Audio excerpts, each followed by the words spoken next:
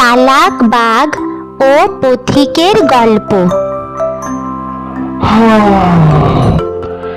বয়স হয়ে গেছে, এখন আমাকে শিকার করার অন্য এক উপায় বের করতে হবে, যেটা করে আমাকে বেশি দৌড়াদৌড়িও করতে হবে না, আর মুখের সামনেও আমি শিকার পেয়ে যাব। কি করা যেতে পারে? হ্যাঁ, আমি এক সময় এক গ্রামে গিয়ে এক ভদ্র মহিলার সোনার বালা চুরি করে এনেছিলাম। দেখি সেই সোনার বালার লোভ দেখিয়ে কাউকে সামনে ডেকে এনে তাকে খাওয়া যায় কিনা। এটাই ঠিক হবে। বাঘ তারপর জঙ্গলে সেই সোনার বালা নিয়ে বসে রইল আর অপেক্ষা করতে লাগলো কখন তার পাশ দিয়ে কেউ যাবে, তাকে সে সোনার বালার লোভ দেখিয়ে খেয়ে নেবে। অনেকক্ষণ পর বাঘ দেখে তার পাশ দিয়ে এক হরিণী যাচ্ছে। বাঘ হরিণীকে বলল, হরিণী, এই হরিণী, শুনতে পাচ্ছ? আমি এখানে। আমাকে আবার কে ডাকছে? দেখতে পাচ্ছি না তো। এই তো আমি ডাকছি। দেখো, তুমি তো দেখতে খুব সুন্দর। আমার বয়স হয়ে গেছে, আমি আর কয়দিন বাঁচবো। কত আমি মেরেছি পশু মানুষ, ওদেরকে মেরে খেয়ে অনেক পাপ করেছি। এখন আমার কাছে একটা সোনার বালা আছে, সেটা আমি আর বুড়ো বয়সে নিয়ে কি করব? তুমি এটা বরঞ্চ এসে নিয়ে যাও, তোমাকে বেশ মানাবে এটা পরলে। হরিণী কিছুক্ষণ ভাবলো, তারপর বাঘকে বলল, না বাবা না, তোমার সামনে কে যাবে? কি জানি, তোমার সামনে আমি সোনার বালা নিতে যাব, তুমি তক্ষুনি আমাকে মেরে খেয়ে নেবে। না না, ওরমটা ভেবো না। আমি এখন কাউকে আর মারবো না, আমি আর এই পাপ করব না। তুমি সামনে এসে বালাটা নিয়ে যাও। হরিণী বুঝতে পারলো বাঘ নিশ্চয়ই কিছু মতলব করেছে, সে আর যায়নি। সে বাঘকে বলল, না, আমি যাব না, আমি আরেকদিন আসবো, এখন আমি চলি, আমার সোনার বালা লাগবে না, তুমি তোমার কাছেই রাখো। এই বলে হরিণী ওখান থেকে চলে গেল। বাঘ মন খারাপ করে বসে রইল আবার অপেক্ষায়, কখন তার পাশ দিয়ে আবার কেউ যাবে আর তাকে সে বোকা বানাবে। অনেকক্ষণ পর দেখে বাঘের পাশ দিয়ে এক খরগোশ দৌড়ে যাচ্ছে। বাঘ খরগোশকে ডেকে বলল, খরগোশ মশাই, ও খরগোশ মশাই, এদিকে শোনো, এদিকে শোনো। কেন, কি হলো? আমাকে ডাকছো কেন? আমাকে সামনে ডেকে তুমি খাবে, তাই তো? আমি চললাম।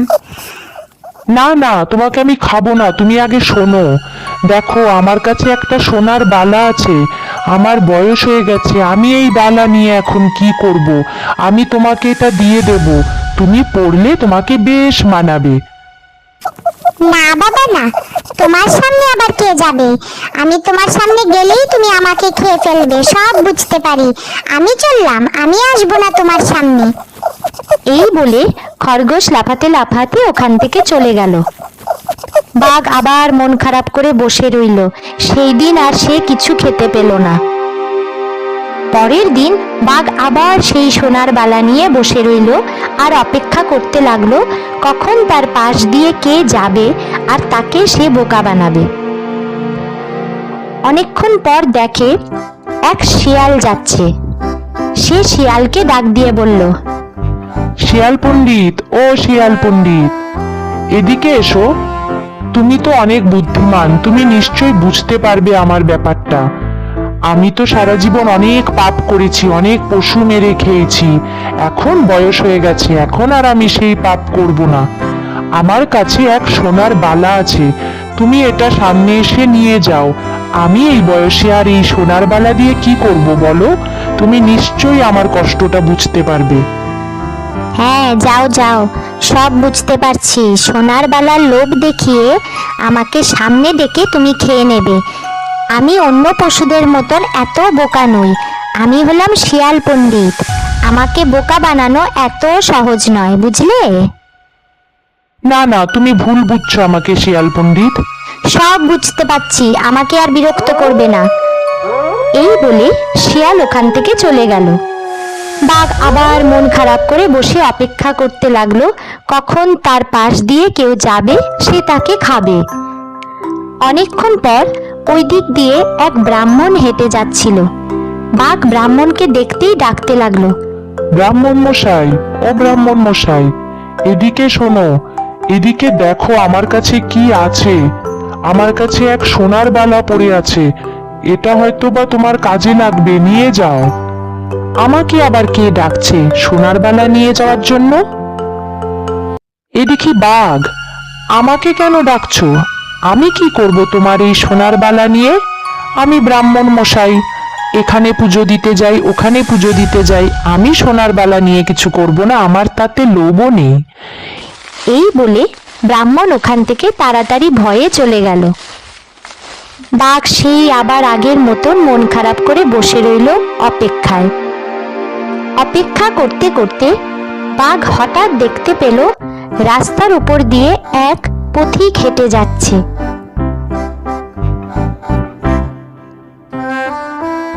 পথিক যেমন লোভী ছিল তেমনি বোকা লোক ছিল। সে হঠাৎ শুনতে পেল তাকে কেউ ডাকছে, পথিক, এই যে পথিক, এদিকে শোনো, দেখো আমার কাছে কি আছে। একটা সোনার বালা, তোমার হয়তোবা এটা কাজে লাগবে। এই লোকটাকে আমার এখন বোকা বানাতেই হবে, নালে আজকেও আমাকে না খেয়ে থাকতে হবে। কে ডাকছে? ওমা, এই দেখি বাঘ ডাকছে। কি ব্যাপার, আমাকে কেন ডাকছো? আমি তোমার সোনার বালা নিয়ে কি করব? দেখো আমার কাছে সোনার বালাটা পড়ে রয়েছে, আমার বয়স হয়ে গেছে, আমি আর কি করব এই বালা নিয়ে? তুমি নিয়ে যাও, তোমার হয়তোবা অনেক কাজে লাগবে। দেখো তোমার বউ যদি পছন্দ করে এই বালা। এটা বলে বাঘ ভাবতে লাগলো, কি জানি পথিক আর বোকা হবে কিনা ওর কথায়। কিন্তু পথিক ছিল লোভী, সে ভাবতে লাগলো, ঠিকই তো, বাঘ কি করবে সেই সোনার বালা নিয়ে? সে যদি সোনার বালাটা নিতে পারে তাহলে তার অনেক উপকার হবে। সে কি করলো, আস্তে আস্তে বাঘের পাশে যেতে লাগলো সোনার বালা নেওয়ার জন্য। যেই পথিক সামনে গেল সোনার বালা নিতে, বাঘ তো সেই সুযোগেই ছিল কখন সে পথিকের উপর ঝাঁপিয়ে পড়বে। সে দৌড়তে লাগলো সামনের দিকে পথিককে ধরতে। লাফ মেরে সে পথিককে মারতে লাগলো। পথিকও ভীষণ মারতে লাগলো বাঘকে। দুজনের মধ্যে বেশ লড়াই হলো,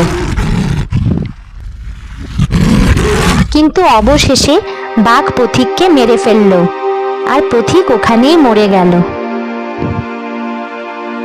এতদিন পর, 2 দিন না খেয়েছিলাম, এতদিন পর আমি কাউকে পেলাম। হা হা হা।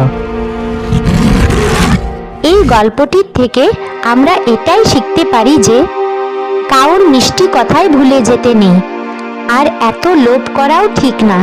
যেমন এখানে পথিক বেশি লোভ করেছিল আর মিষ্টি কথায় ভুলে গেছিল, তাই তাকে বাঘের কাছে প্রাণ দিতে হলো।